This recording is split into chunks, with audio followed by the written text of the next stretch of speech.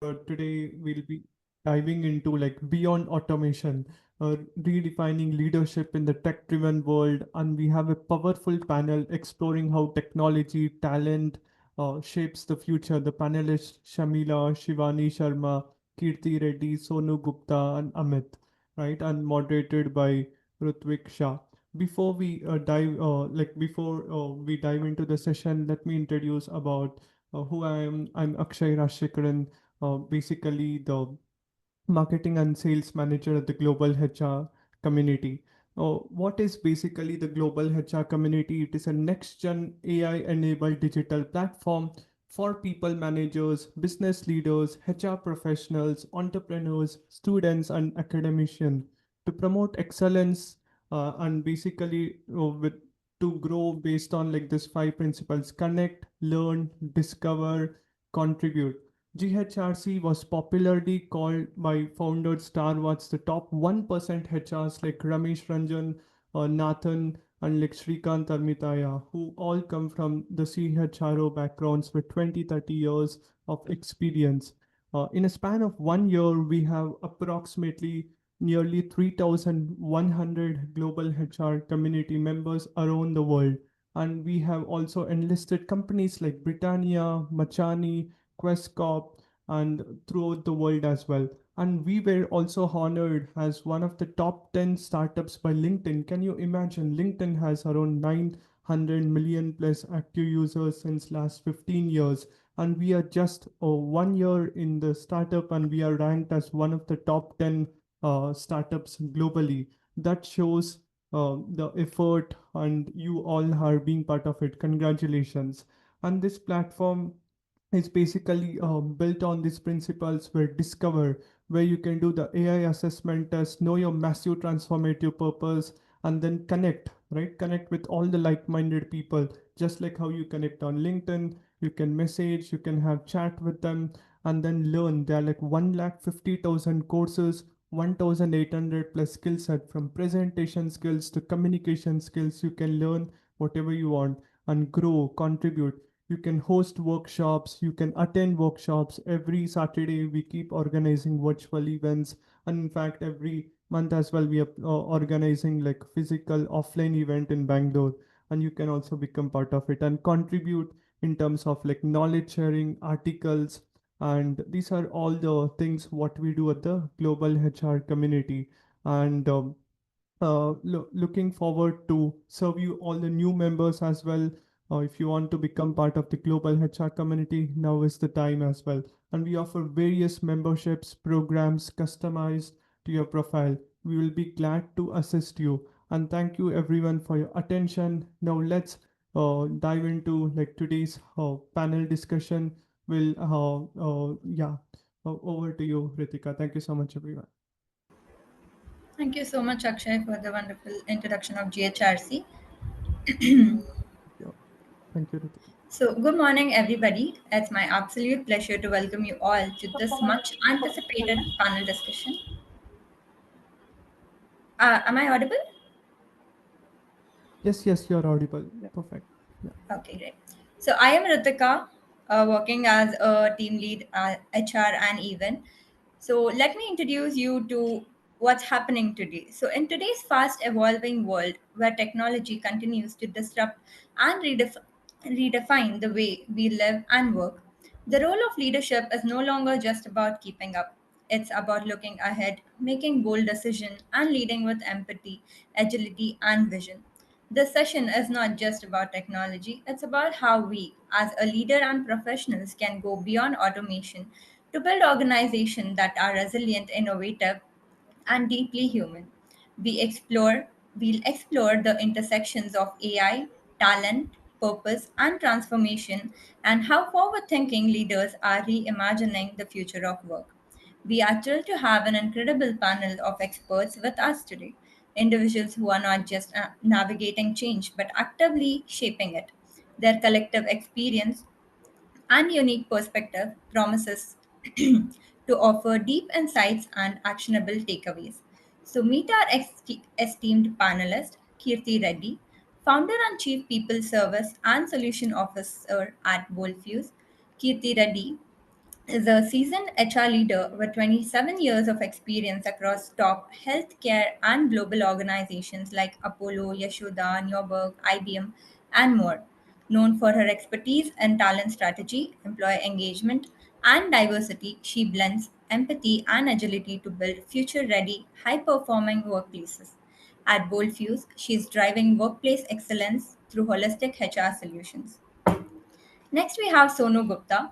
As the founder and CEO of Coder's Brain, Sonu is at the forefront of tech entrepreneurship. He is revolutionizing recruitment by bridging skill gaps through data driven and AI backed solutions. With a sharp understanding of both technology and human capital, Sonu is redefining how business attract and retain top talent. Then we have Shivani Sharma.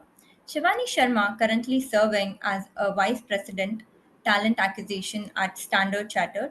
Shivani is a seasoned talent acquisition leader with deep expertise in digital hiring across Asia Pacific. She champions inclusive leadership and data-driven strategies, aligning business goals with future-ready skills and purpose. Then we have Amit Kasliwal. Amit Kasliwal is the founder of The Hurdle, an AI powered executive coaching app. After a personal crisis and investing deeply in coaching, Amit transformed his life and discovered his ikigai at the intersection of tech and coaching. Determined to democratize executive coaching, he launched The Hurdle, now used by clients like Deloitte, PwC, AV, InBev, and more. Work of Amit meditates, plays tennis daily, and lives in Gurgaon with his wife Swati and son Jap. Then we have our moderator for today, Rutvij Shah, an AI transformational strategist currently with Carl Zeiss Group. Rutvij is a powerhouse of insight and influence, an XLRI topper and former leader at Deloitte and Mercer's. He brings sharp perspectives from the world of talent, OD, and performance. As a recognized thought leader and SHRM influencer, Rutvij will steer today's conversation with clarity and depth. Let's get started. Sharmila could not join us due to some family issues, so let's start without her. Let's get started. We invite you to engage, reflect, and take notes as our panel dwells into what it truly means to lead through technology, talent, and transformation in today's ever changing world. So, without a further ado, let's dive into this powerful dialogue. Over to you, Rutvij. Thank you so much, Ritika, for that very generous introduction. And so wonderful to see the pedigree of the panelists that we have today. A very quick check. Am I audible? Yes, yes, absolutely perfect. Okay, perfect. So good morning once again, everyone. And thank you so much for joining in. Like it was mentioned earlier also, a self-initiative that brought us here on a Saturday morning. So great to see so many people join in to see value in this conversation.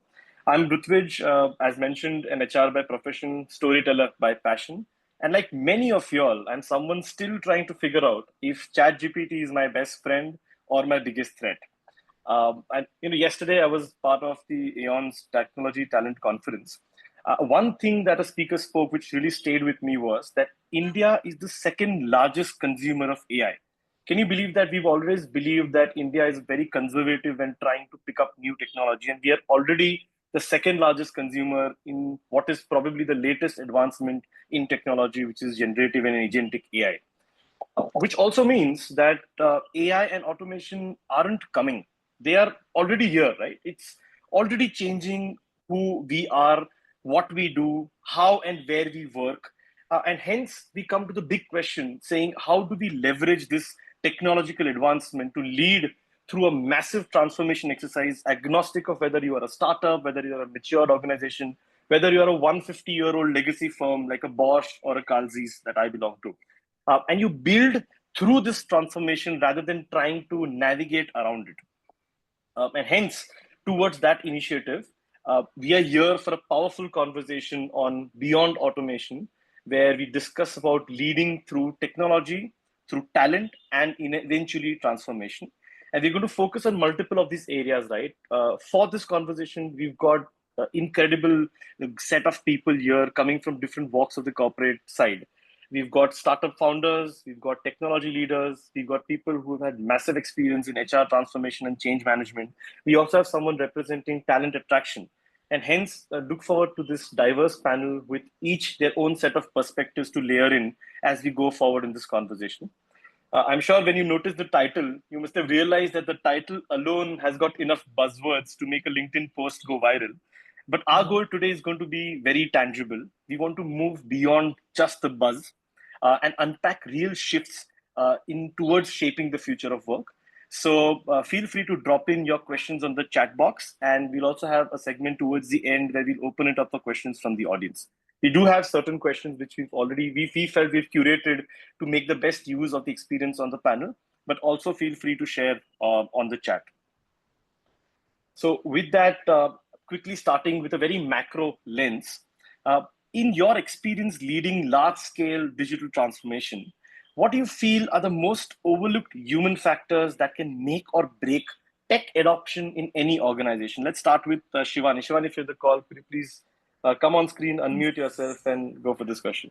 Yes. I hope I'm audible. Yeah, absolutely. Thank you. First of all, I'm so delighted to be here, and thank you, Akshay and Ritika, for such a warm welcome. It's seeing this technology transformation firsthand for a professional like me for over a decade. I feel I feel thrilled because it started off with saying that okay, AI is going to come. It's and the narrative is it's going to take over our jobs typically, and I see that we're in a phase that it's happening, right? So um, in my experience, what I've seen is that 70% of your digital transformation, I mean, the researchers show that as well, is because not because of the technology, it's because of the narrative that we have around it, basically the psychological safety around it, and that is driven by the narrative. I think the way we I think as humans, first of all, we are averse to change. That's one thing that we should always keep in mind. And second is that I think people picturize it and visualize it as it happens in movies. Like we would have seen all Avenger movies, and they think that the robo is going to take over the world, but that's not what is happening, really, right? What it is doing to us is to ensure that your repetitive task, your administrative task, which can be outsourced to, say, we would eventually outsource to a human, but now you have an AI which does not make errors, can do a repetitive task, is something which we need to leverage on. And the more we speak about AI, I think what is also missing, I was reading in one of the HBR articles just 2 weeks ago that are we really developing the human skills which AI will not be able to automate?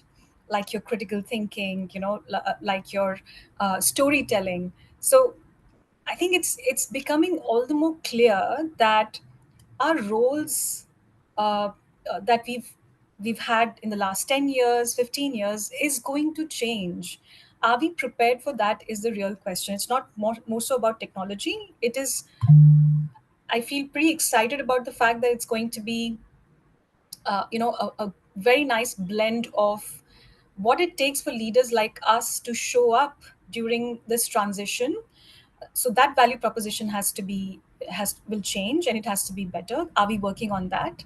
And the repetitive tasks which are no longer required for humans to kind of intervene in, and I think that's what we've always wanted, right? I mean, for example, for me, uh, to just think about designing, say, about 15, 20 job descriptions at one go, I can just outsource that to an AI, review it, and take it forward, right? And the more and more I do this, I realize that critical thinking, creative thinking is something AI still cannot do. It's something which we have to bring in. It can just refine your searches, it can make your narrative a bit more compelling, which is what we should be using it for. Like I think I've always seen people write amazing emails, and things like you really want to give it back to that difficult stakeholder of yours, but you just don't know how to give it back without losing your job.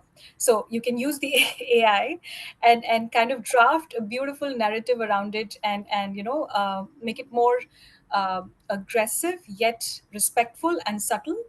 So that's something which I think is the change. So I think the the key aspect is to ensure that it's not so much about the transformation, it's about the narrative and how we help our people understand what exactly is being replaced by the AI, and which also means that how prepared we need to be to develop human skills, right? We no longer can be average on our human skills, is what I would like to say. Thank you, Ritu. I I think brilliant, Shivani. I loved it. And my key takeaway from this was that technology, while it might not replace human beings, it's definitely already replacing tasks, which means we need to redefine jobs. We need to redefine, in fact, the entire ecosystem of work, and also relook at what are the skills and competencies that will truly matter in the future.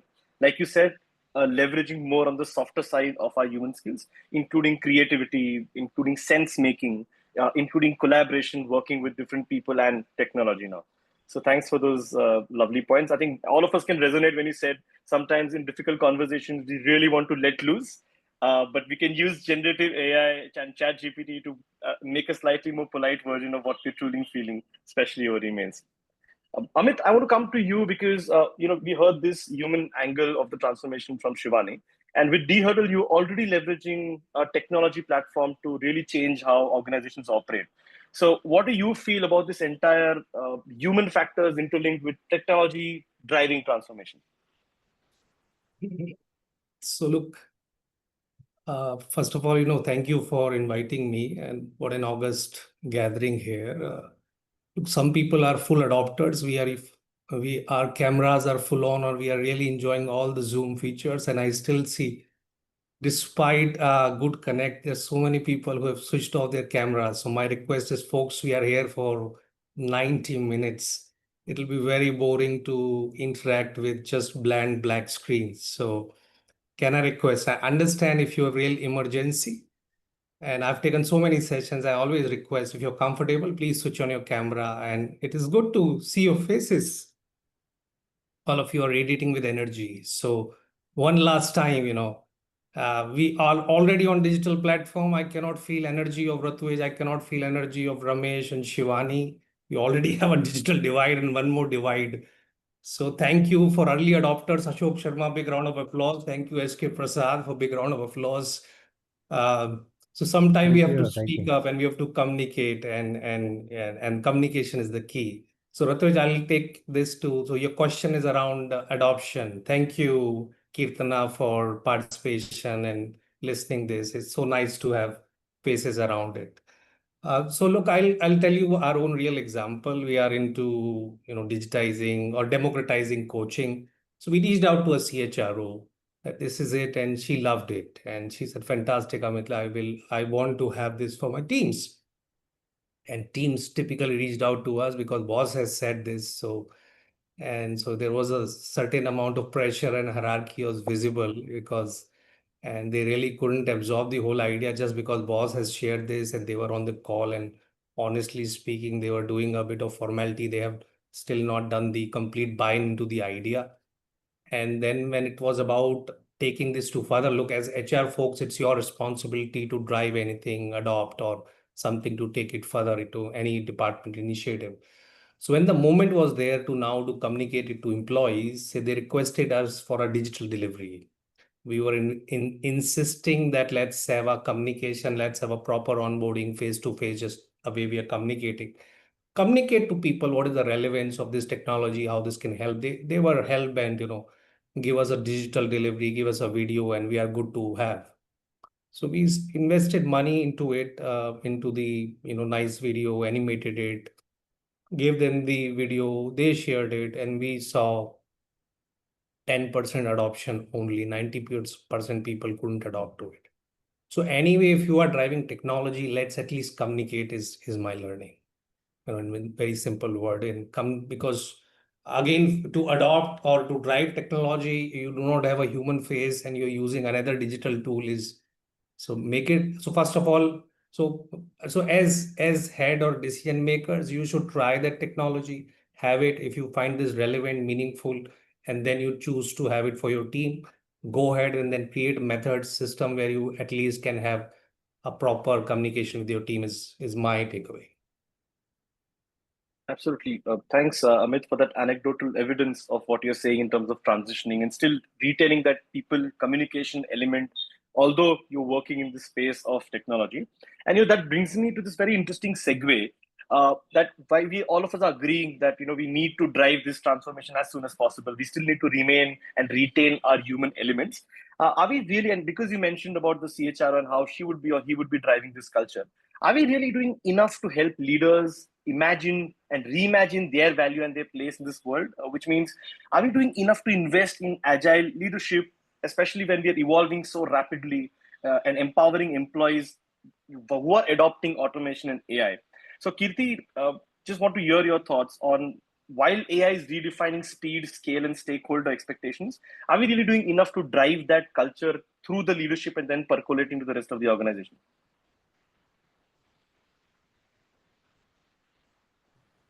Hope I'm audible now. Yeah. So, hi everybody. A very good Sunday to all of you, and happy to see all of you here today. And as Rutvij and Amit and Shivani and all of us are talking about the similar thing about AI leadership, automation, a lot of things. Whenever I think about this kind of AI automation leadership nowadays, wherever I go and then I talk about, people have so many questions, especially the youngsters who are getting into the HR field. They have like so many questions, and doubts in their head, saying that would we be able to be there in the system, or you are talking about repetitive tasks. Then when a HR as a youngster or a fresher comes into the system, so it's almost like they are doing the same repetitive tasks, which AI is anyway. You're using certain tools and you feel that you don't need these kind of people at this point of time. Probably you might need more experienced individuals who can do little different than hiring this set of people. So they have so many questions like this. But then at the end of the day, we need to keep a check on all these things through a agile leadership. So what is a leadership, what is agile, and all these, when it comes to, when we talk about the leadership pattern previously, when we were all stepping into our roles, younger, when we were there, and the way we move now, we have seen a lot of transformations and how we actually changed ourselves. Because when I saw myself 10 years back or 15 years back down the line, I was so different. And when I see myself now at this point of time, I am along with the change. I have to run along with the change. I have to keep changing. I have to take up new things to exist in the market, to also motivate my team members, to also motivate my the youngsters who are coming to the market, and then talking about technology, automation, AI. So I need to have that I need to leverage myself up to that level where I can actually deal with them. So the agile leadership is all about running along with the change. The leadership should be running along with the change. Have this idea about the broader perspective of what's happening inside the market, inside the organizations, how you have to actually use this delegation technique to the teams and better understand the trends what are happening. So here the leader should treat AI like another team member. That's what I feel like. You have to treat AI like another team member, where like your algorithms are assigned to do a particular task, while the humans or other team members are treated, giving them a plate of empathy and ethical judgment, so they can do this part of ethical judgment and empathical judgment, whereas AI as a team member can do these algorithms, and when you assign a task or something like that. So also leaders now should be able to detect the market trends very quickly, because it is agile again. They should be able to understand the needs of the market, and then also should be able to configure or reconfigure the teams entirely. And for example, I'll tell you an example, like how a leadership pattern is there right now in the healthcare. We know that a lot of AI is getting into the healthcare system and hospitals. So when AI is coming to the system, it's basically predicting the kind of the patient surgeries, maybe the number of the patient surgeries which are happening analytically. But then what is the role of an agile leader is when you get the data from the AI or different tools about the prediction of the patient surgeries, that these are the numbers, as a agile leader you should be able to redeploy the surgeons according to the overflow of that particular surgeries. So this AI cannot do. you know so when AI is giving you this data analytics or analysis or analytical thing, you as an agile leader should be able to run along with the AI and then predict that overflow and then provide a redeploy or deploy these surgeons so that that ecosystems works magically. So this is what an agile leadership is all into. And also the other way is that the agile leadership nowadays, you get so many things like earlier, the leader should get into the steps of boots of everybody and understand things, and takes a lot of time on understanding their stress levels, understanding their what's happening inside an employee. But now you should be able to adapt to these self-healing systems where you can thrive in chaos and all that. So it's like how you monitor the stress analysis or scale up, like how Shivani was talking about the scaling up of the psychological safety and well-being, upskilling and reskilling. So all of these will come into this mode of a leadership style where if the leader is readily adaptable, equipped with all these things, then he would be able to help the team and the organization, including stakeholders as well. Like we should be able to, the leader should be, this is a very important point here where we should understand is leadership is a role which is very closer to the management and also to the employees down. So it's a bridge basically. So now the agile leaders, what they have to do, they have to bring everybody together, they have to integrate both the management and the employees. During this process, they should be able to talk to the leaders or stakeholders or management and educate them on the instant use of how AI can be delivered, or what are the usages of using a new technology or AI methodologies, which can make the organization and the team be competent and efficient on par with the market trends, and it can be sustainable to be agile. So this is what I feel, that agile leadership should be a combination of all of these. Then we will thrive in the market. I think it's brilliant points, and I especially resonated very deeply when you said that people emulate their leaders, right? So leaders, especially in the current generation where they're working across multi-generational workforces, they need to be the role models and percolate the right kind of and drive the right kind of cultural transformations first, then leading to mindset paradigm shifts, which would eventually lead to effective adoption of both technology and AI. Which also brings me to a very interesting question, right? Because Sonu, and this is for you, as founder of Coder's Brain, I'm sure that for you, throughout your team, innovation and creativity are very, very important facets that you would expect from every member of your team, right, across the levels. So, how do you also engage with them and use technology to drive and inspire this kind of a culture of innovation and creativity? Rutvij, I think there is a small trouble. Sonu had to Okay. drop off due to some issues. So I just got a call from one of his team member. Okay, no worries. So let's look at the other side now. We looked at the entrepreneurial side. Let's look at Shivani. Shivani, from a legacy organizational point of view, how do you ensure that while you have a matured organization with a lot of processes and systems in place, you still don't lose out on the element of innovation and human creativity? Yes. Thanks, Rutvij. So, I think to what even was said before, in terms of by Keerthy and Amit, that we when we talk about these transformations, right, and we talk about agile leadership, we so earlier it used to be like far and few people who would exhibit those traits, and those guys would stand out in the crowd. What has become all the more apparent now is that it's become the need of the hour. Like, if you really want to survive in this future of work that we're talking about, not so much about AI. AI is definitely going to do its job. Are we really investing in the human skills, which again boils down to leadership, agile leadership that we're talking about? So it is started off in the entire cycle of the way we hire as well, Rutvij. So it's about, first of all, having like-mindedness in the system, who know that this is the future of work. So that's a starting point where people are comfortable with change. So that really helps the cause in terms of saying that, okay, this is going to be way of life. And I take examples of from real life, so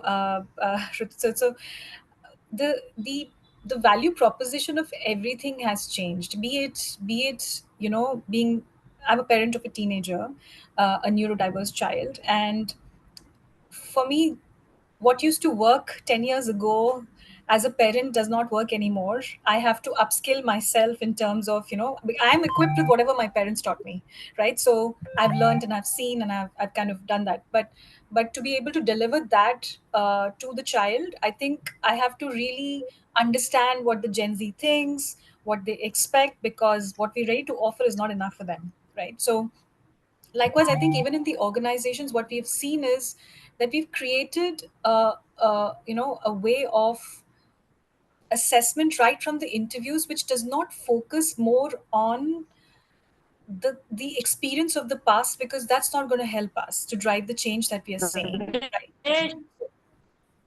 Sorry. I think Yeah. someone has Yeah. unmuted. Can you mute? So yeah. So sorry.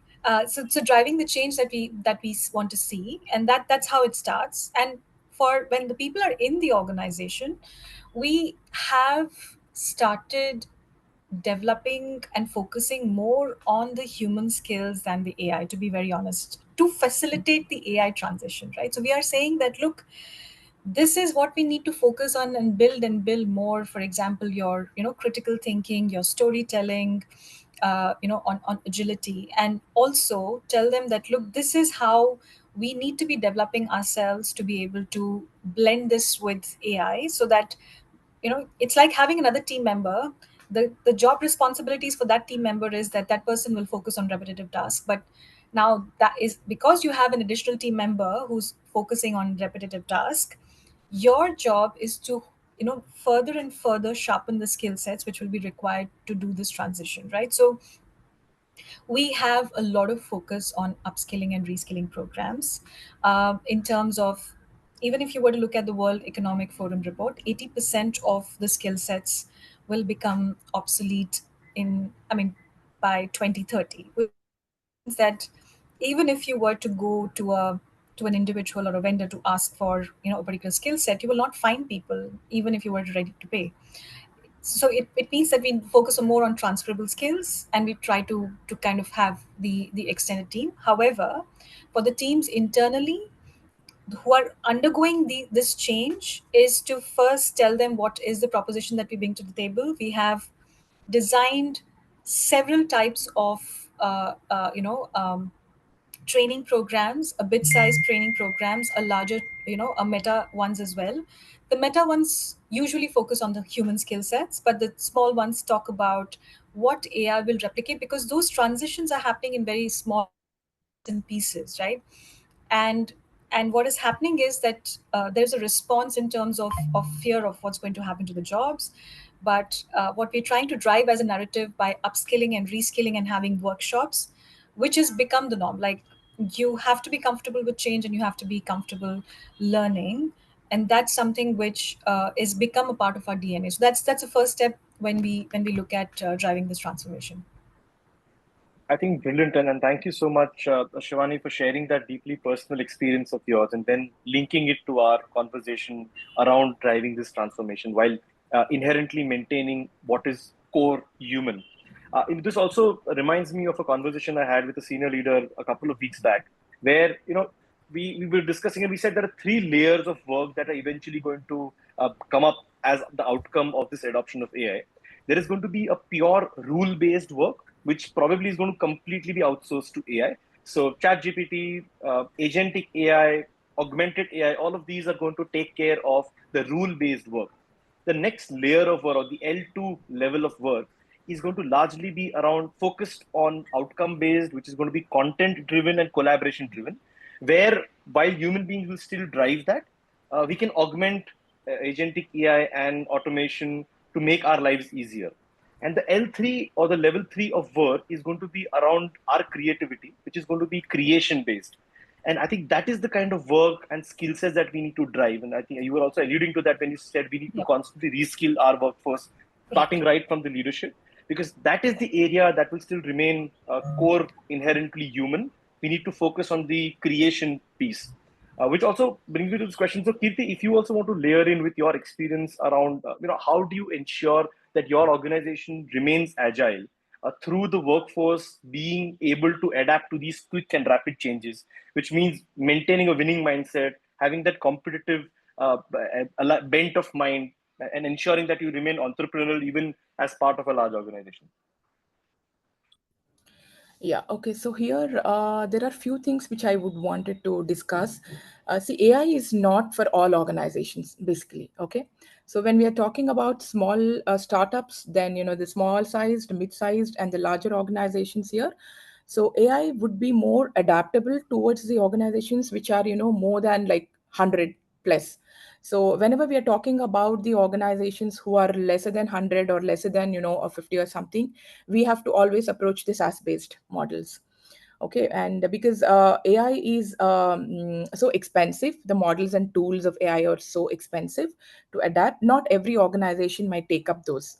So why I'm telling you, because more I deal with most of the startups. Okay, I am a mentor in a T Hub and V Hub, and when I deal with the startups, I deal with 500 to 700 startups who are like just startups.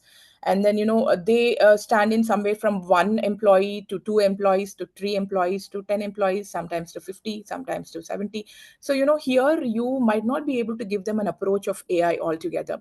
So but then still you have to project that transformation still as an organization. When somebody approaches us that hey, we need these kind of total HR solutions for our system, but then we are 1, 2, 3 employees, but then we are looking at some future estimations, or we are looking at something very tech, but still we are very small, but then yes, we are okay to use these kind of things and all. So we have to work towards a lot to integrate these what do you call the mechanisms of automation towards their systems, because it becomes very hard for us to understand what actually they need, what are the pricing strategies, and how do we actually integrate the manual ecosystems into their technology. So when we are talking about the repetitive tasks and all that, yes, for a repetitive task, we as an organization, when we are approaching clients, we use them as, like, suppose application tracking system. When we are talking about when we are using a module in the talent acquisition or recruiting, so we use all those models. We use all those models because when we are dealing with say like 50 clients, we become an organization who has like 100 plus employees, right? We as an organization become 100 plus employees, but the startups still have 1, 2, or 3. So to give them an edge of that they are using this kind of AI, we use these AI models, because we are treating all the clients as an organization. So we become the organization with 200 plus employees, or 300 plus employees, or 400 plus employees. So we are innovating, we are experimenting with a lot of tools like monday.com for scheduling the tracking the progress of the team members, because they are dealing with multiple clients, and then using these ensuring that the clients as well use DeepSeek rather than chat GPT and all that, use a new technological things and all that, DeepSeek, and see what they can do best. The difference is we ensure that we tell them that use these kind of models, these kind of methodologies. So we ensure and drive these things towards the clients, telling them that hey, we can still use these automations, not that you're small or big, we will drive for you, because we are as an organization are big for you. So we are giving them that touch of AI, so that they will understand in future that yes, whether they can use this or whether they can't use this, irrespective of the size of the organization. So we are giving them that taste of AI, so that they get used to it in the long run, and they understand that irrespective of the size of the organization, sometimes these things make your life more easier. So this is how we approach these transformations towards the smaller businesses, or the mid-sized and all that, and we are driving through our mechanisms.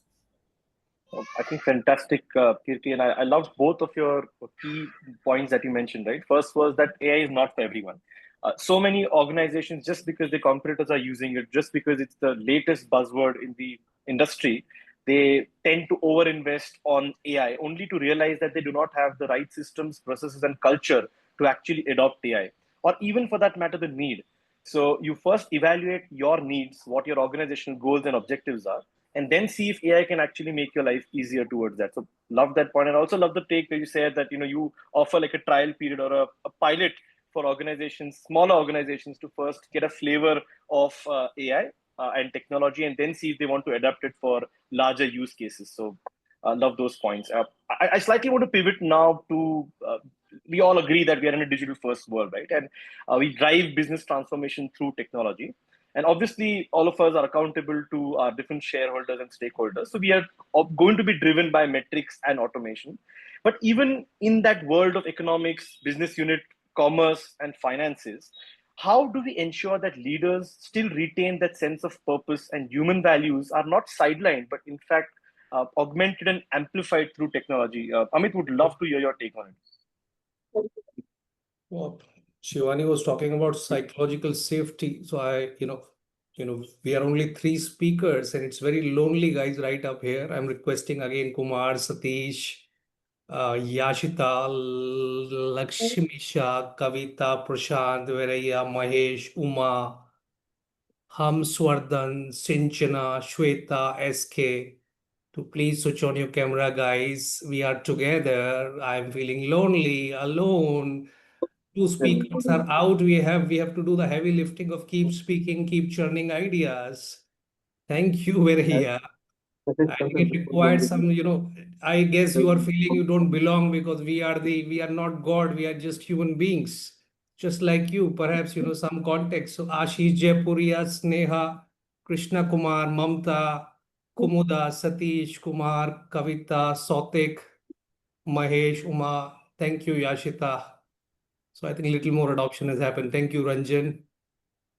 Thank Amit, you. love your persistence. You're definitely a driver of initiatives. I'm sure your change management must be very successful wherever you go. Look, we live, we got to live what we say, and we got to, and that's a real case. So this whole community is not different than what do we do in organizations. There are people and there are reasons. So we have to keep communicating, keep trying. It's about consistency. And people are people.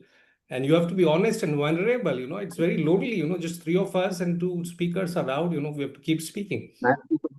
Coming to your question, how all this hulla bola of AI and the fear around it, jobs will be out and this will happen, that will happen. What we try to practice in our organization is more action driven. And if you can, that I don't believe in good old days of milestones because the way things are getting redefined, they are so dynamic. So we celebrate everyday action. So in a very simple WhatsApp group, though we are a small team, we title this as Aaj Ki Kamai. So what is today's income? And in that, as being the leader of the team, I list down all the actions which you have taken for the day. Whether it is a small action or it's a large action, it could be a work happening on our website. It could be, possibly some more detailed work happening in the hurdle curriculum to, we have given one more new demo to a client, to anything and everything. Because look, I come from classic old, the traditional time where face to face. And I remember, working on Lotus Notes, hardly there was one PC and in Times of India and Hero MotoCorp, and we were all, one common email ID. In fact, we did not had the mail ID also in Hero MotoCorp back then. Now it was a surprise and shocker for also when I was setting up my team, because team is now hybrid, one person in Jaipur, one person in Ludhiana, a few folks in Gurgaon, a few working from home. So it took me really some time to really digest it. And I strongly believe blending. So look, people are not there physically. They don't know what's happening. How do you help them, feel part, belong, what is happening, how they feel engaged and they are part of larger, bigger journey. So this simple initiative of Aaj Ki Kamai, I get so positive feedback from team. Amit, we feel like we belong. We feel like, our small action, even though I'm working on a back end in terms of data analyst, but how this is connected to the bigger goal. So that sort of celebration we do, and that's how we are able to keep everyone hooked and interested. Because look, everyone is at certain stage of their life, certain career aspiration, different needs, different level of awareness, and it's easy said than done. Purpose comes with sometimes setback in your life, and then you really figure out, what you want to do. Otherwise, you are always a consumption bot, and you're running for designations, title, and stuff like that. There's nothing wrong. There are stages where you have to invest and prioritize in this as well, because World will only listen once you are successful. No matter what you say, we still hold designation. In my LinkedIn title also, there will be a designation of founder. So we all love it. But I think what we do it by constantly communication and action. And that's how people feel special. People feel our small action is to the larger goal. And so there's a reason why they switch on their laptops every day morning. And we are so far very successful. Wonderful, Amit, and I especially loved. I see so many organizations. I've been part of two consulting firms, and there is a tendency, especially for organizations like yours and consulting firms, which are more external customer facing, that while they use and deploy design thinking for the customers, they sometimes neglect their own workforces, which is very refreshing because you've also used this user centric design methodology for your own team. And I love the Aaj Ki Kamai. I'm going to borrow that leaf from your page to also drive it in my team at work. So love this concept of exchanging with people what you've done. Also builds a sense of achievement and belongingness when you know and awareness of what every member of the team is doing. So lovely. And I also want to, because you mentioned that there are just three speakers, I just want one question to be open for everyone on the chat. So feel free to either unmute yourself and respond to this or put it on the chat. While we've spoken a lot about skills in terms of, and I think everywhere you go, you open up any kind of a document which is being shared around the HR ecosystem, and you will see skills as a word which is being bandied about a lot. So while we talk about skilling, reskilling a lot, there is also the concept of de-skilling, right? While automation, AI takes away a lot of repetitive tasks from our work, what do you feel are those skills that have probably been obsolete or are near getting obsolete? So while this question is going to be answered by each of the panelists, also feel free to either unmute and respond or type it on the chat. I'll repeat the question. What skill do you feel is going towards obsolete, which means you no longer need to acquire that skill, especially over the next decade or a half? So let's start. Maybe Shivani, you want to take a stab at this? Sure. Thank you. So again, I think I've covered a piece of this before, Rutvij. I'll kind of talk about what skills. Okay, you're talking about what skills we don't need, right? So I think, I think obviously the repetitive task would be a simple example, but I would like to blend in with what, again, emphasize on what we would need, because and then relate to what then we would not need, because that will be a lot of it. So. Um, so what are the challenges that we are facing? Let's start with that question. What challenges will this AI bring in, right? The challenges that this AI brings in is there's a lot of information, okay? There's a lot of noise. There is also the pace at which things are changing has become very fast, right? It's a very fast-paced environment that we are bringing in. So it's like earlier when I would hire a trader, for example, I would hire skill sets knowing that this trader would be sitting in some hotspot in between CEOs and would be trading and will have to make decisions, think on its feet, and make decisions then and there without saying, I need to check with my boss if this works, right? So I think using your own gut is becoming more important, and that's the point that we wanted to emphasize, that with the integration of AI, the human skills really have taken the driver's seat. So what we're trying to say is that, okay, the challenges that we're going to have, fast-paced environment. These are the kind of, we will have to make fast decisions. We will have to make complex decisions, and we'll have to take well informed decisions, right? So this is no longer a skill which is going to be for few people. I think this is going to be way of life, and which is why I think it's becoming all the more important for us to even build skill set. For example, as I was telling you about the interview process that we build these leadership skills as mandatory skills while hiring them, because we want people who we're no longer focusing on the technical skills, because that value proposition is going to change. Today, as a bank, I'm investing in a particular technology that will become obsolete in two years. And what I'm going to need is someone who can adapt to this change and learn the new technology, because that's going to be a way of life for us, for all of us, right? So what is definitely something that we don't need, and what we the kind of skill sets that we would not require is, for example, having the thing that I can think of is having an assistant for yourself, right? I think those are repetitive tasks. From a recruitment standpoint, interview scheduling, from a even the initial screening of the profiles is something that the AI would take. But even then, the skills are designed. I mean, anybody can now even design their resume with the AI. So I'm not sure how much of an efficiency that will bring in, but these are skills that we would not need. So what would become all the more important is how much of a business acumen am I developing now to be able to partner better with my stakeholder, and how much of market intel can I provide, and have a compelling proposition and work around transferable skills, how I have a plan ABC with respect to talent, because the rest of the noise is taken away from me, like which weighs me down in terms of my work, in terms of my post offer management and the pre engagement with the hiring manager. All of that is something you can say that it's not going, AI can replace and is replacing at this point in time.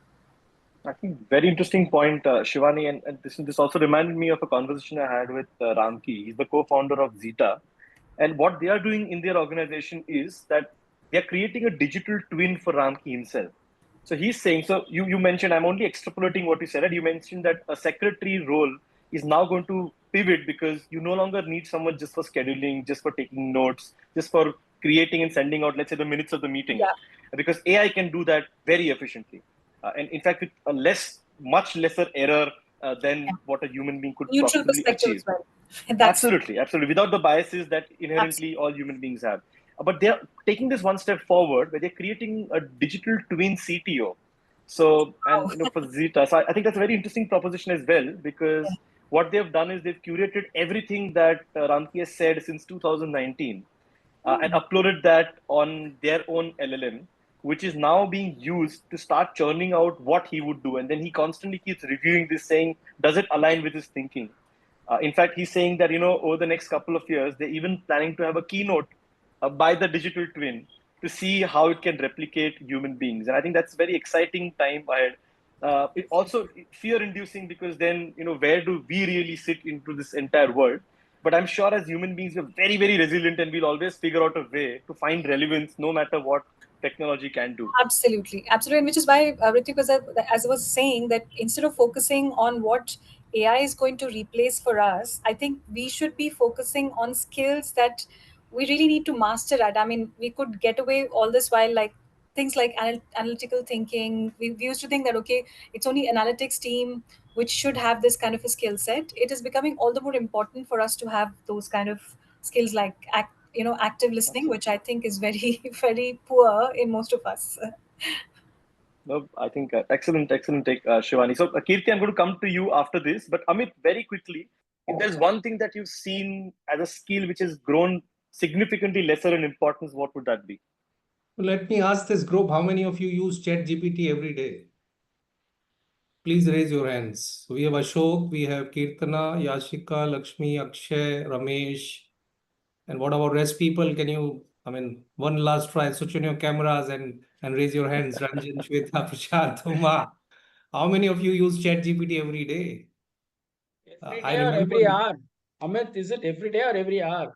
every hour, fantastic. Yes. So English grammar is becoming non-relevant. I remember, I had butterflies when I started my career. If you have to go in corporate, you have to mug up English. You need to be a great orator. Otherwise, this is opportunity lost. And I remember standing on a round tana choraya and mugging up English and, picking up vocabulary. I mean, I did not have the courage to go and read Wren and Martin and grammar and all that. So that's absolutely irrelevant. And we any which way we have additional fight going on in few states about their own language that's different and more political. But English grammar and is non-relevant. And I used for drafting my emails or quick client communication, for team communication, anything and everything. And I can change the tone, color, style, whatever I want to bring in humor, make it more lighter. Sometimes we're very formal and we don't cut across. So there's so much. So I see, and especially in a context of tech startup like us, we are seeing change pretty fast every quarter. Like we have built an app, which is a very expensive app where AI as coding as a tool were not advanced. Coding is getting obsolete. Where tools available now, and we were discussing yesterday, there are a bunch of new features which we want to bring in app so that we make the whole coaching journey even more engaging. And decision has been taken. We are going to build a new app, not do any tweaking change because it will be more costly working on the main app. And we would be able to do it in 1/4 of the cost and maybe 1/4 of the time. So coding is also becoming, and remember, I think 3, 4 years back, Whitehead Junior was selling coding to children like hot, like muffins.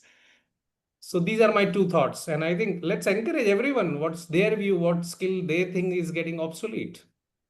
I think Mamta also echoes strongly with what you said. She also mentions coding as something that engineers know, and especially in isolation. So there used to be dedicated roles where people used to just sit on their laptop, desktops, and code. Those roles are definitely moving away. And now, I recently heard a very senior leader in the tech ecosystem mention that we are slowly transitioning to a stage where we're only looking at full stack developers. We don't want someone who only looks at their work in isolation, but we want them to be functionally adept at also seeing what the outcome of their work is going to be, and hence have that end-to-end view and eventual expertise towards building. So both exciting and scary So times. thank you, So thanks, Ratvij, for Mamta. sharing this. In fact, we are having discussion, front-end engineer or back-end, you nailed it, and there was discussion around full stack. So we'll go with full stack.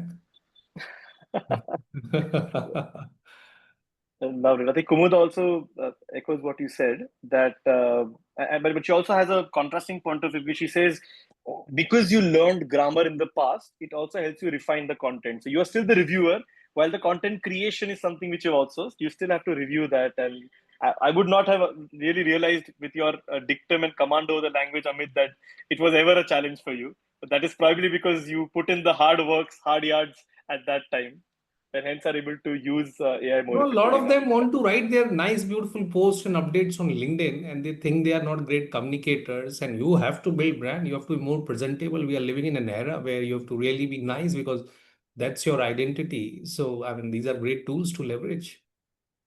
Absolutely. Keerthy, over to you. One skill that we feel is dramatically going down in importance and will continue to do so in the future that we're headed in. Okay, so I don't actually reflect it to one skill which can be obsolete or going away because, see, it totally depends upon the organizations on what they want, what they don't want.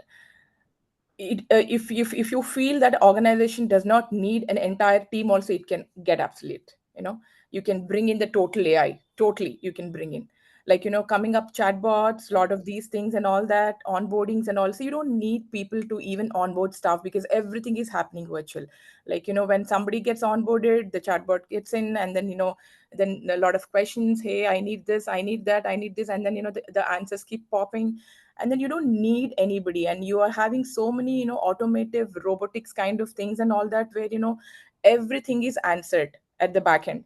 And I think slowly down the line it depends upon the organizations to decide, because the absolution what you're talking about of each skill is not connected to each industry, because I basically take it that way, because the skill which can be obsolete for you might not be the skill which can be obsolete for the other organization, because as I told you, a smaller organization still needs basic things which are required irrespective of whatever it is. So when we are talking about organizations which are mid-sized and bigger organization and large organizations, probably they might not need the entire team. They might not need, as you said, that they need full stack, not front end or back end.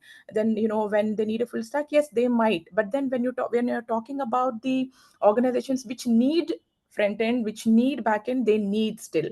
So it is a combination of more of an AI and a human intelligence and an artificial intelligence, where it should be an integrated according to the organizations. So I say that because last time some student was asking us in one forum that hey, now what happens to me, because I am at the front end onboarding teams and everything. Now I see that you don't need anybody, because I can sit and onboard a team virtually. I don't need to come to office. Sometimes we think that workplaces itself will get absolute, because there are so many virtual offices now happening outside. You don't see now many of the workplaces happening there. You can work from anywhere and do the to do the same productive job, maybe more better than when you are there in the workplaces. So the student was asking me, will my job get obsolete? I said no, it can't, because it depends upon where you're working, which organization you're working, what is that role, what you're doing, and all that. So for me, it is all about it's a game of the organization, where it's the level of the organization, it's the mindset of the management of the organization, whether they need to keep these certain what do you call, certain steps in their organizations, or whether they need to get them obsolete from the system. So it purely depends upon the situations, the systems, the manpower, the mindset. So I don't think there will be anything which can become obsolete. For example, a small example I can give you. In household itself, we actually broom every day in the house. And nowadays you're getting these robotic cleaners in the house, where you switch on and then they go and then they roam around and then they clean. Yeah. And how far they can go, I still feel that there are corners which have to be swept, which need a broom, which still need a broom, which still need My a mom would vehemently agree with you. I think she comes from a very similar school of thought, Keerthy. yes. So we need a hands, we need a And it broom, is we true. need These are to these. It is true. yeah. So I think it depends upon, totally depends upon the system, how it's thriving, Yeah. that's it. Yeah. So I think very good perspective when you said that. It also is very specific to not just industry but organization wise. And at a recent forum, I asked a similar question to Pashupati Kumar. He's an MD with Deloitte, head of their audit practice. And he gave a very interesting take on this as well. So he said he remembered from an era which is far before our digital native generation, and he's from Chennai. So he said in Chennai, any of you all from Chennai probably would resonate with this. He said in the late evenings there used to be typing and shorthand classes, and he said we've come so far from that era because now in our generation typing is a way of life. So you don't really need to teach specific or specialized skill set as typing, and shorthand is probably only limited to the legal industry now. So while it has not gone obsolete as a skill, the scope of the implementation and adoption of the skill is now limited within spaces of the corporate world, as opposed to it being more large scale. So thanks for that, igniting that thought, Keerthy. Now let's go to a very different side of this story. We've talked enough about leadership, about enablement, about agility, adoption, transformation. For all of this, and as the evergreen Peter Drucker said, right, it's an oft quoted saying that he said, where he said, culture eats strategy for breakfast. So let's talk of culture now. And, Keerthy, since you're already on camera for me, let's start with you. In your view, how do you feel organizations can ensure that the culture becomes the foundational bedrock to build this entire journey along, especially when rapid automation is probably outpacing the speed of change of our mindset? And because, again, I say we'll be working for a multi-generational workforce, and hence for each person, the personalization degree would be very different. But how do you still ensure that the culture could be easily percolated throughout the organization? Rutvij, Gajanan, he's raised his hand. Uma, I think we were earlier asking about people to respond. So can Oh, we thanks, Amit. Sorry, I could not see that, but thanks for bringing that up. Go ahead, Uma, Gajanan, if you could unmute yourself and respond. Yeah, we were talking about skills and obsolete and all. Yeah. Yeah, you have to unmute yourself. Gajanan, we can't hear you.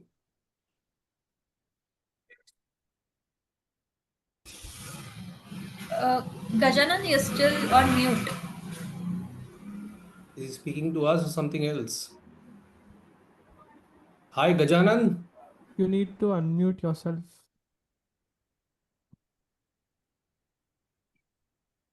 Or Uma, if Uma's ready, maybe we can go. We can unmute and go next. Or perhaps anybody else.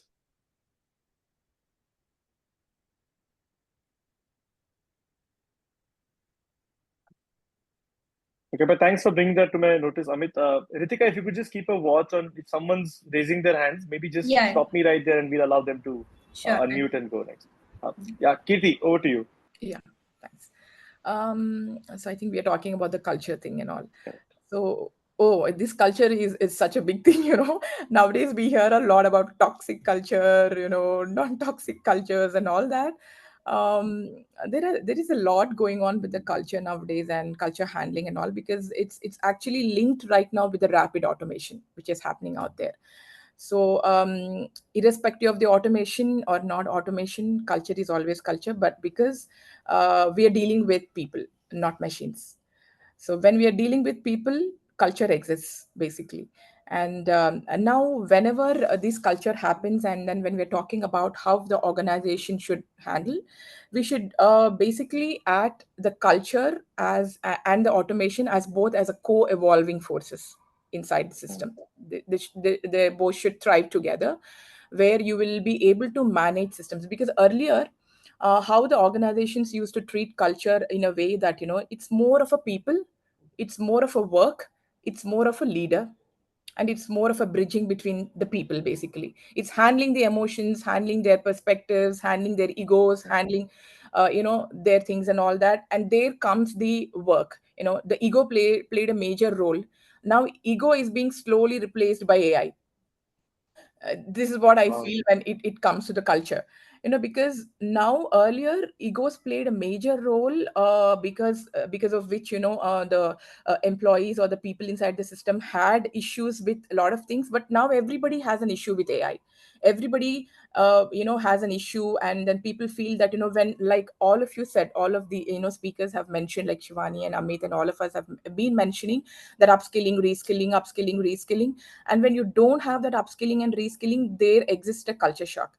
Because when you're not ready to take up the things which the latest generation is giving up to you, or latest technology is giving up to you, and you're not ready to adapt to that, somewhere, in the organization, some people will have to change their ways, or they have to move out. Or, it comes a stage where, it becomes very difficult for the people to stay back in the system. And that is where people feel that, hey, I was not able to do this, and then that's why they don't want us to do this. And then the culture gets disturbed there, because they're not ready to adapt to the latest things which are happening in the organization, wherein the leaders and the entire team are letting them know that, you have to upskill, you have to reskill, you have to be there inside the system if you want to be there.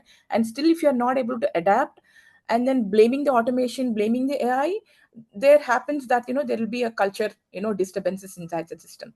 And so we need to create the leaders or the management to set up this, the balance in the culture and the automation. It is very important that, they need to have technical cultural ambassadors. They need to see somebody who can be a tech culture ambassadors, where, there can be a frontline staff, as AI co-pilots and all that. And, they can train the peers, or, collect the feedback from them. Or you can do this reverse monitoring, wherein, you can tell the Gen Z to, talk about digital technologies, teach the executives who are getting into the system, on different tools. And then also the veterans who are already there in the system, they can talk about the context wisdom, wherein you can balance the, culture in a more better way.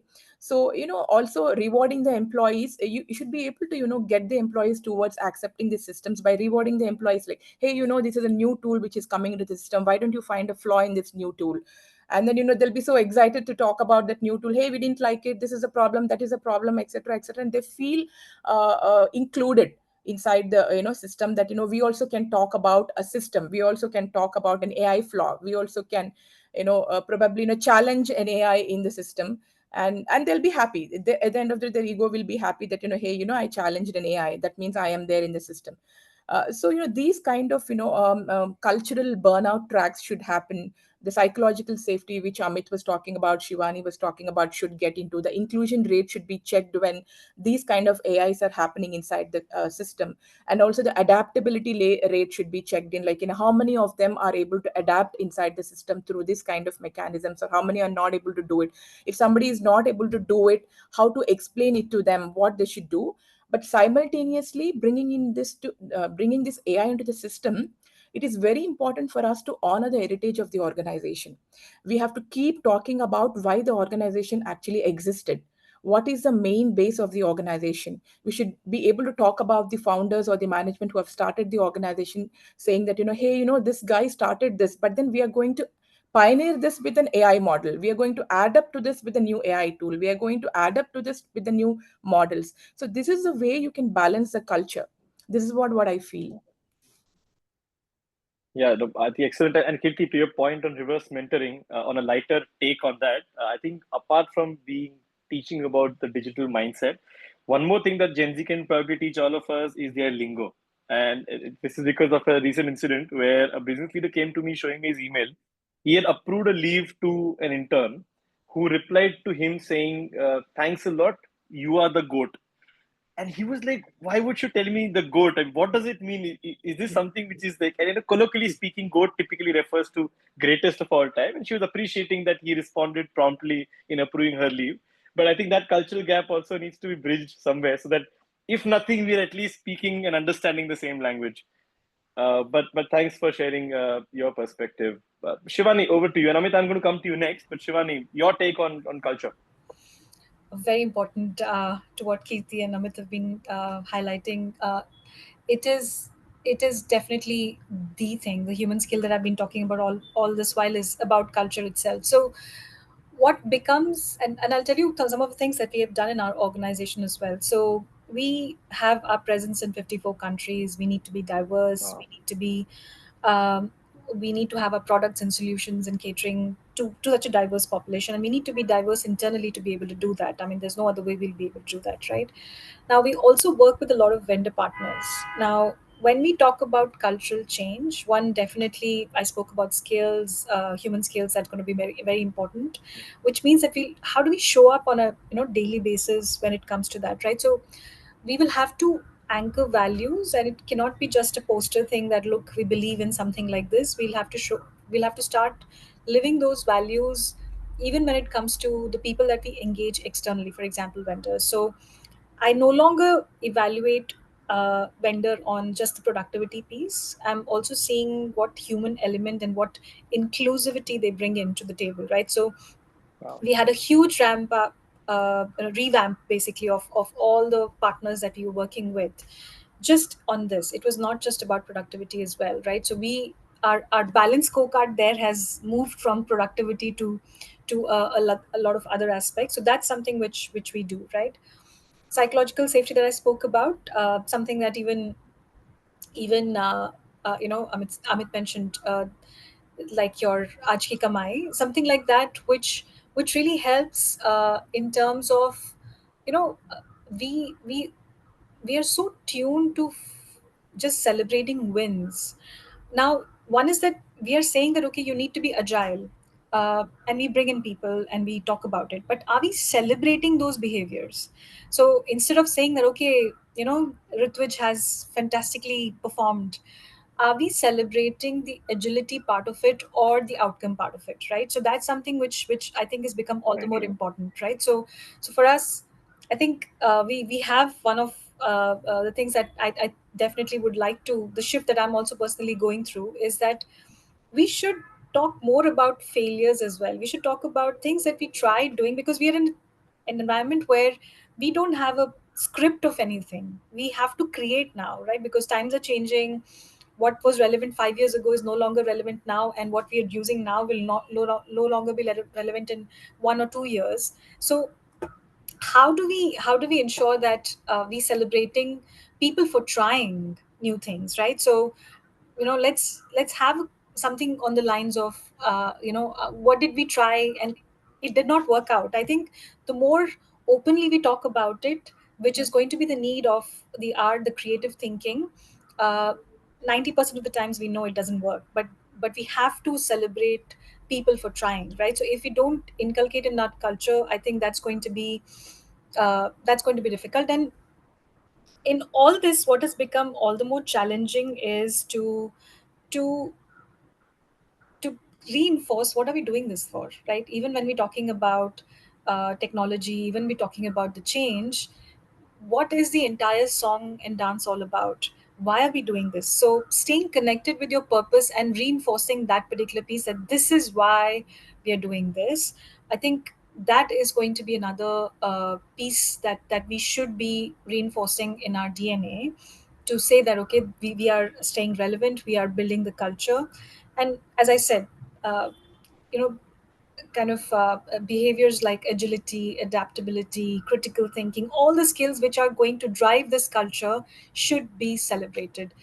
Even more from an outcome perspective, I think celebration of these behaviors will really drive the change that we're looking for.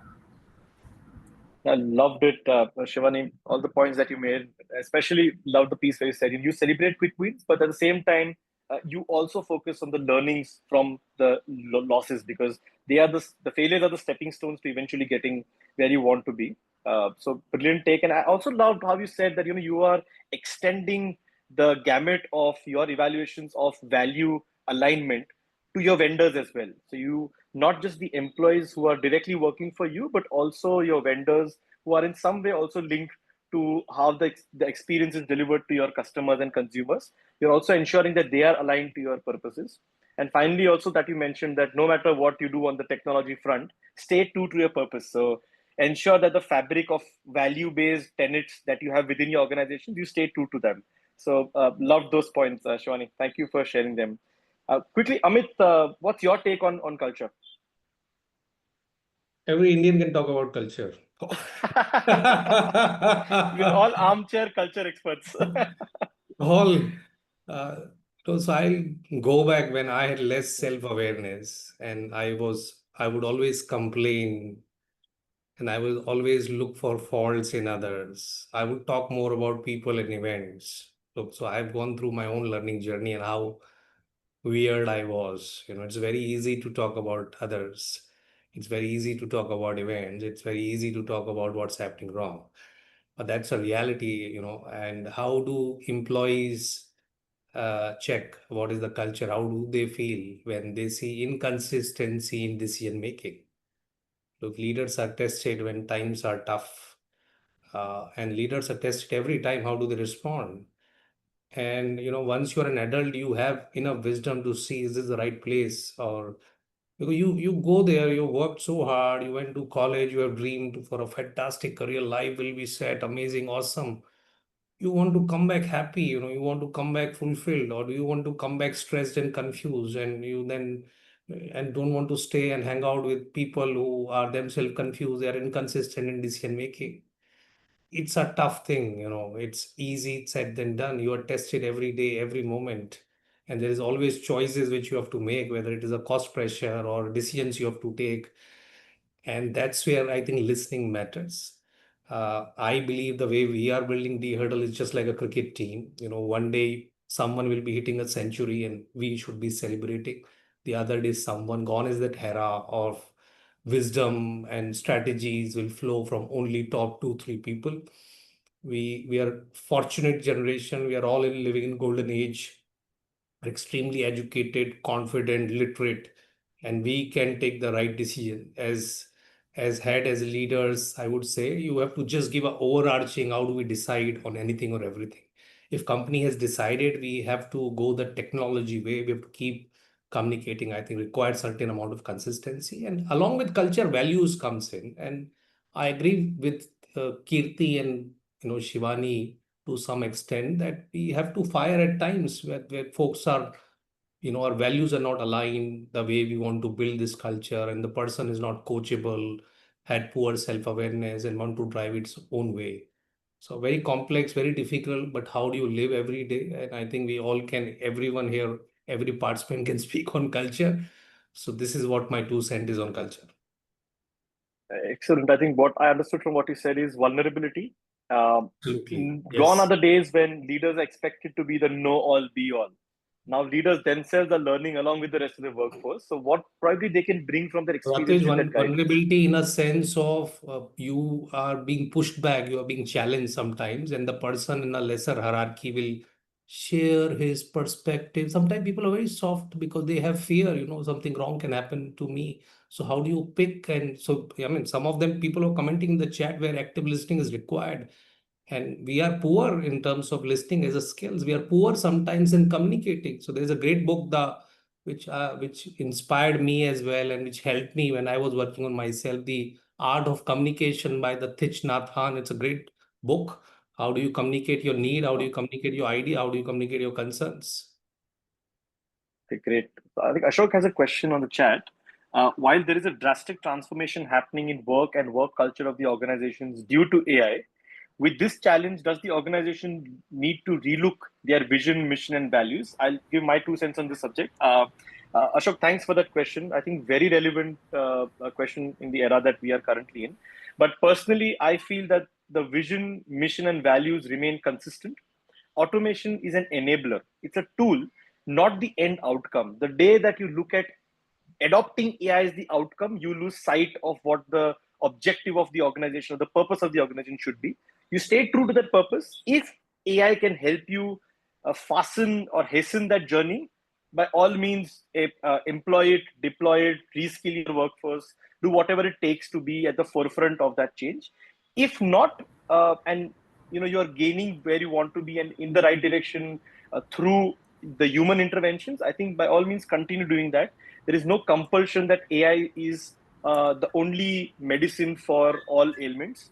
I think there are a lot of other issues that AI are still not capable to solve and which will still continue to remain inherently human. So it's an organizational call how much you want to deploy. But to answer your question, I don't feel that the vision, mission, and values need to be revisited just because technology is here. It's always been here in one shape or the other. I'm happy to hear the panelists speak. Rituj, I'd like to just add to that. I mean, thank Yeah. you for that. So, what in translation or visibly, what it means is it doesn't change the values, but what it means is that, like Amit was saying, right? Only earlier there were few people in leadership who would do certain things. Strategy would flow from them, and we would have very few leaders who would lead by example. It has become all the more necessary for one. uh, there's no Pareto's principle that will apply now. 100 out of 100 people will have to exhibit those values, and it is not just about leaders anymore. It definitely, leaders will drive the culture. It's just like parenting. So if you don't have it in you, you can't expect your child to have it. So that's definitely going to be there, but it's no longer a person's responsibility, one person's responsibility or group of people's responsibility to say that, okay, I'm leading by example. It is not about the designation or the hierarchy anymore. We all will have to lead by example. We all will have to exhibit those qualities and behaviors more and more, because even if you're not in a people manager role, you're interacting with teams, collaborating with other teams, you're collaborating with vendors, you're collaborating with people internally, externally. It becomes more apparent that you can no longer get away without having those skills, right? So that's something which is the essence. Absolutely. So autonomy and accountability are going to go hand in hand now, progressively so. Absolutely, Shivani. Uh, any other panelists want to share on this? So there's another question from Akshay saying, what are the skills which are going to be highest in demand? He's given some examples like AI generalist, agents, podcasting. Any quick thoughts on that? So on to Ashok question, first of Yeah. all, 50 years back, how do you interact with your child if your child is in US? Perhaps Telegram, but the relationship connection remains the same. And after this telephone has come, you'll speak to your child, but the relationship still remain the same. Maybe now you can feel a little more, share more, frequency has increased now. And now with a WhatsApp video, and we used to remember 25 years back, we used to think there will be some technology where you can see face-to-face interaction. That's what Amit, happening. I agree with you. But then the values, the current generation, and the values we had gone through, there is a changes in that. Definitely. Because earlier we used to follow our parents and all orders were commanding and we were following. Today it's not necessary. The young generation have a different thought. So Yes. we have to listen them and sometimes we have to adopt from them some of the things. So that changes are there. You Yes. can't say the same thing So, as per values are concerned. Ashok, thank you for bringing that point, because that's exactly what we are trying to present here, that whatever was valid or relevant 10 years ago is no longer relevant now. So we can no longer say that, I used to do this when I was a child and I used to do this when I was a teenager is no longer relevant to our kids anymore. Absolutely. And this is exactly what is happening, and this is exactly what is changing, even with general relationships. You don't need to marry for financial stability alone. like you don't a woman doesn't need to marry for a financial stability, or a man doesn't need to marry for saying that, I need someone to look after my house. You have AI who can do this. You can hire someone who will do this. But what we're saying is that what what is the value proposition that we bring to the table is is redefined now. You cannot Yes, say that, that is okay, what. 4 years ago this is what we used to bring to the table. That's exactly the point that we're trying to make. Thank you for asking that question, See, Ashok. today's generation has done kids. They say that it's my life, my choice. It was not earlier like. Yeah. Parent choice is also Shivani, taken care. but Shivani, So, aren't we again going back to what we said some time back, that the values remain constant? Now, as you said, the generations, the value systems are also changing. So, don't you think that the values of the organization also would undergo a change with the Yeah. passing of generations? Yes, thanks, Ramesh. To answer that specific question, I don't think so. When we say values, I don't think so are changing in today's time. I think everyone is still values commitment, integrity, to name a few values. I think the packaging of that has changed. The way you celebrate has changed. So for me, I might think commitment is, my definition of commitment is that if I'm say keeping my sharing my whereabouts all the time is commitment, right? For example. But that definition might have changed, but that value, I think, remains the same. The way we package it, the way the generation understands it today, that those systems and those values would have changed. But even today, if you were to ask, integrity is something that we would like to have within the system. We talk about collaboration, we talk about everything, but the meaning of collaboration might not be the meaning that we have learned during our times. Those we need to invest in understanding what does this generation think of collaboration as, right? And that's where the job is of the leaders, to strike the balance of saying that, okay, this is the world that is changing, and challenging your own ways of working. So it's no longer, okay, my definition of collaboration is this, it does not match with what I'm seeing right now, so it's rubbish. That is not how it is. We have to make an attempt to understand and expand our perception of saying that, okay, this is, it can be different, not because this is what I've learned so far. Yeah. Just to add to that, both Ramesh and Ashok, the ethos, logos, pathos of the organizations continue to be the same. What has probably evolved are the ways of working. For instance, this entire change around remote working, it has not in any way diminished the importance of interpersonal connect or diminished the importance of having productive workforce. But the way you evaluate probably performance has transitioned. So you still value performance, you still value potential. The way you measure it, the way you calibrate it, and the way, like Shivani rightly mentioned, the way you package it in terms of a value proposition for your workforce has evolved Yeah. dramatically. So Yeah. that has definitely changed. So Inherent value system of the organization remains yeah, similar. sorry, Ritu. So just share an example of the performance bit, right? So I'm no longer my performance is no longer about bell curve, and you can see how organizations are changing. My performance is about what is my customer experience and what is my team's experience. So if I have if I'm getting evaluated, it all depends upon how my team entire experience has been. Do they feel heard? Do they feel supported? And my customer, again, is everything is about becoming about customer experience, so be it your internal or external. So that's how my evaluation is. Yeah, just to give an example. So I'm also cognizant that we're on the top of the hour. So, before I open it for a quick round of questions from the audience, one quick key message that you want the audience to take away today, starting with Keerthy, especially for the HR fraternity that we have today.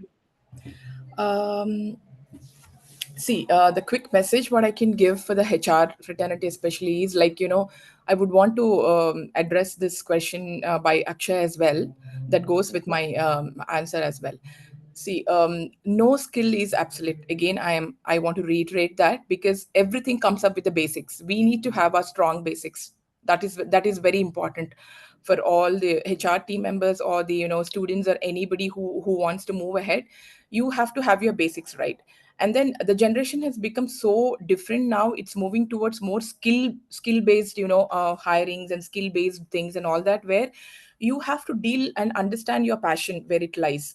If you are, passionate about something, that this is what I have to do, approach a skill towards that, where your passion and your skill both will go hand in hand, and you'd be able to deliver your best. And also understanding whether which is the best in the market, whether I have to do this, whether I have to do that. Please go ahead with the market trends. I want everybody, the HR or anybody here or anywhere, to be abreast with the market trends. What is happening in the market? What are the latest technologies which are coming up? What is happening with different organizations? What is happening? What are the new technologies which the organizations are bringing in? What is management talking about the next processes or levels of the organization? So think about that in a more broader perspective. You have to stay in the market. You have to have the knowledge. You have to have the skill. You have to know what is happening inside the systems. So my suggestion to everybody would be abreast, know, understand the market trends, understand what's happening, have your networking skills very strong, because these skills will help you understand what you exactly need to do, where you're standing, what is that next step, what you have to do in your career. So again, I'm telling, no skill is obsolete. Everything needs a basic. So you have to upskill and reskill, like all of us are talking about the same thing, understand the market scenarios, and go ahead with that. Perfect. Thanks, Keerthy. Amit, quick thoughts. Key message that you want I the think audience to you have take away. already given. Let's hear it from others. I would suggest, they've been listening. It's so boring, on a screen, 90 minutes, just listening, listening. Let's hear it from others. What's their reflections are, Sure. not just questions. We Great. have, Any key reflections? yeah, we have Keerthana, she's a great speaker. We have so many people. We have Veera, we have Mahesh Kumar. Let's hear it. Shweta, Sanchana. Ritush, there is a question from Akshay as well in the Could chat. you? Okay, I'm not able to read. I did read out the I, question which Keerthy just answered around what skills are going to be in high demand. But Then look at that. I'm showing my video is on, so in case you can read out the question. That's the only question I'm able to see. yeah, that was the question. Okay, yeah. I think Keerthy spoke about that just now. Oh. But Akshay, if you have any follow-up questions, feel free to plug in. Yeah, one of the questions what I have is like, as we all right now, everybody, every industry is talking about AI, right? And like lot of leaders are telling the AI agents will take over 99% of the work it is going to do. And even from a small job to like big job, big founder, everybody is like getting frightened, right? Like, what if my job will go away? Will robots come? Will AI come? Right?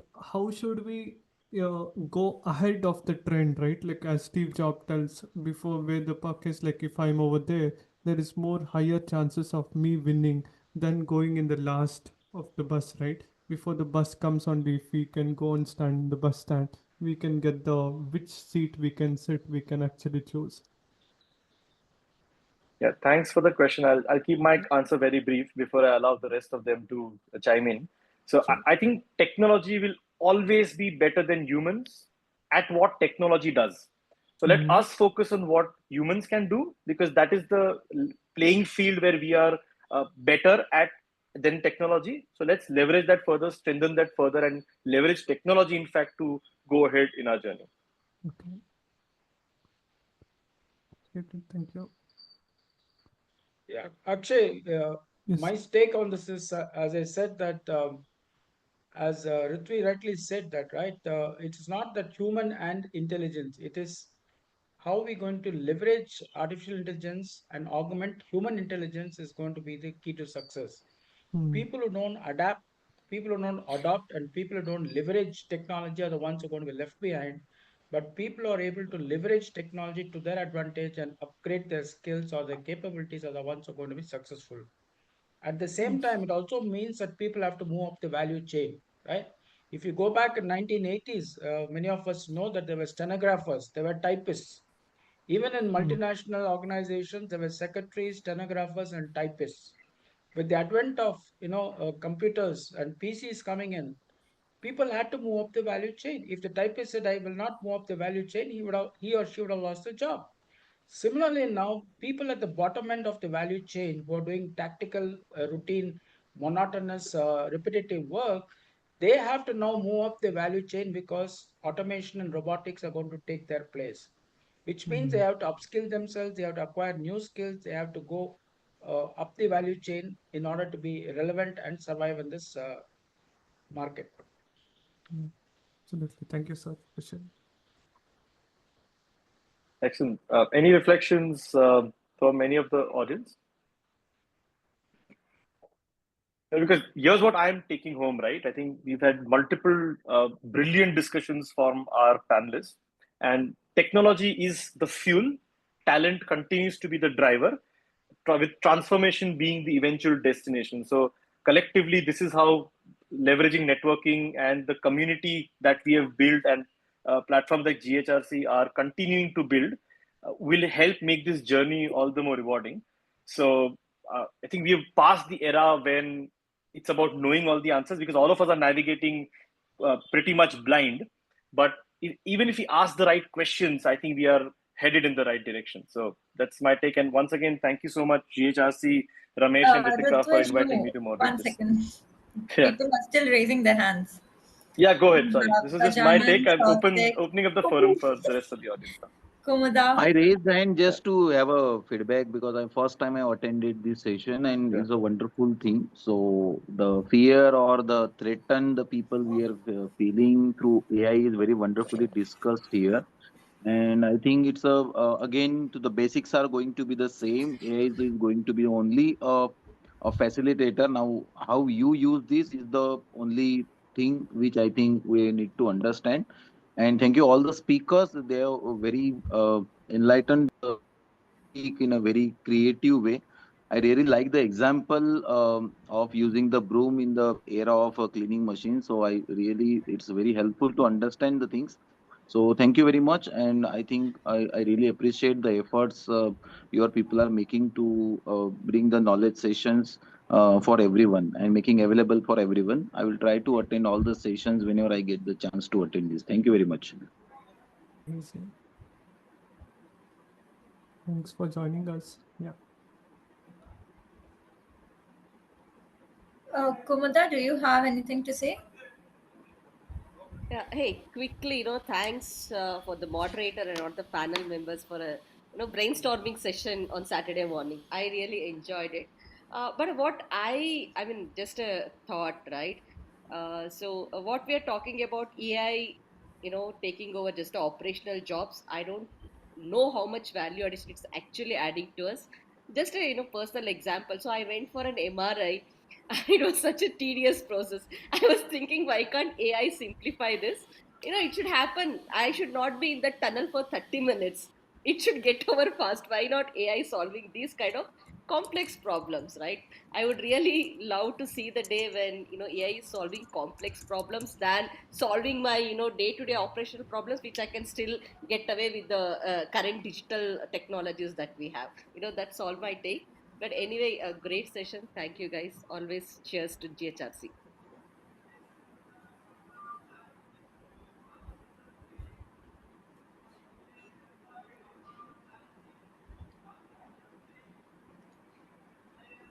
Thank you, and my apology if I pushed you to switch on your camera. I No think that's a issue. No, basic no. courtesy and work ethics. Technology It's a gives us that, advantage. However situation you are in, you still can be participating, right? So that's, I love it. I think Sautik Mukherjee has something to talk. Good afternoon, everyone. A very good afternoon to all the Good afternoon. panelists and all my compatriots. So, I would like to share, I don't have a question per se, but I would like to share my 2 cents on culture. So, on the spot, like, where I think a discussion was going on that leaders generally drive and set the cultural expectations. So, I would like to speak that how a team member is going to carry it forward. So, these are personally, like, my thoughts on it.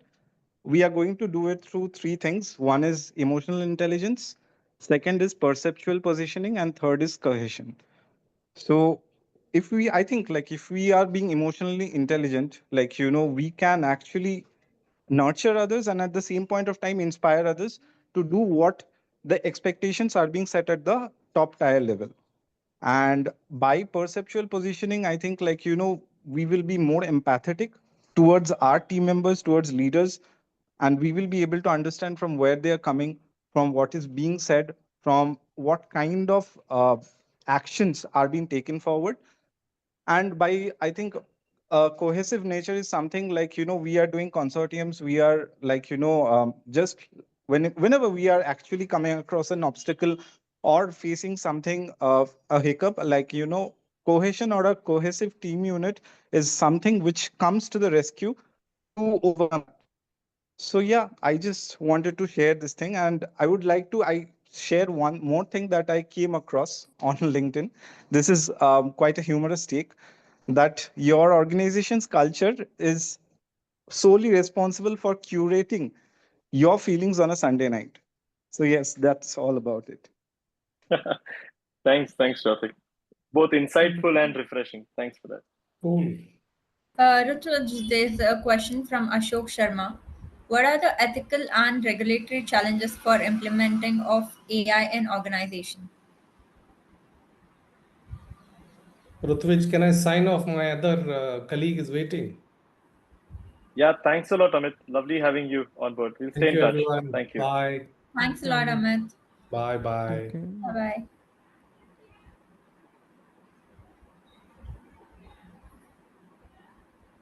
Now, while the other panelists can go on the ethical challenges, I think again very relevant question, Ashok.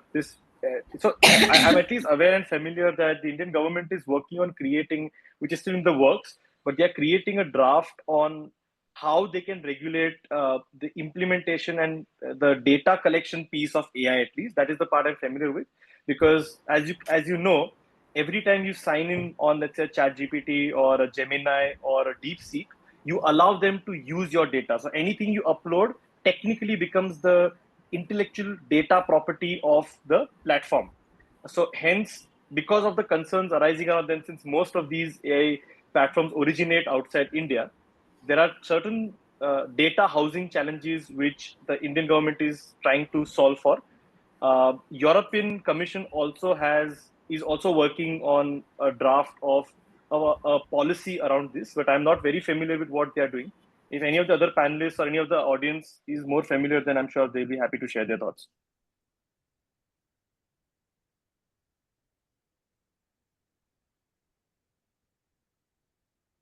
Only I think EPDB, the government of India is bringing that Correct. law imminently now. But that will be, I think, one because if you go to the chat GPT and AI and you want to make a presentation, you make it now and ask after some time, the same presentation will be different. It will not be the same every time. Correct. Yes. Okay. So that is true, Ashok, absolutely. Yeah. And the concerns are real, but I think we are all going with the flow. If you see the recent trends on a type of anime photo also, I think so many people uploaded their personal photographs, willingly sharing the data and allowing the platforms to use it. So OpenAI, DeepSeek, all of them were using another that. Skill, I think that, if we make a presentation, it will give. But then what is most important, the skill will require to how to edit it and make customized for the audience what you want to present. That will be the skill requirement. You can't put the same presentation in front of the people, your audience, because your audience are every time different. So based on that, editing and customizing that as per that, although AI has given you the complete presentation and all database and everything, but that is no use of until you are able to skill for customizing to your customer. Absolutely. Very relevant. Thanks, Ashok. I think Mamta also has an interesting point, and I think Shivani, you could probably resonate to this. Recruitment agencies can build their SaaS product, so entire piece around sourcing, screening, interviewing, analyzing, coming up with initiatives on industry relevance in terms of the internships that are offered. I think all of this is something which AI platforms already have as a market-ready product and service. So we can leverage this, and Mamta in her role also, I'm sure, leverages this to have better efficiency and efficacy. Thanks for sharing, Mamta. Okay, great. With that, once again, thank you all of you all for joining in. Over to you, Ramesh and Ritika, the closing remarks. Yeah. Thank you so much, Rutvij and all the panelists for sharing such great, incredible wisdom with all of us at the GHRC community. In fact, it was like great learning from Keerthy, Shivani, and we got great insights about how to think beyond, like refining the leadership in the tech driven world. We understood like AI, like India being one of the largest, second largest consumer of AI, like how to go about when it comes down to critical thinking, skills, competence. We understood about what things to learn so that we don't become obsolete. In fact, it was like super amazing. And thank you everyone for joining as well. You guys can post about your top takeaways on LinkedIn, tag all the speakers, and thank you everyone once again for being part here. And yeah, appreciate you. Have a wonderful weekend. Yeah. Thank you. Thank you all. Thank you, Ritvik, Kirti, Shivani, and Amit. Thanks, everyone. Have a nice Thanks, weekend. everyone. Thank you. Thanks, Thank you. everyone. Bye bye. Thanks, Rutvij, for moderating. Thank you. Thank Thank you. you, Thank all you, the everyone. panelists.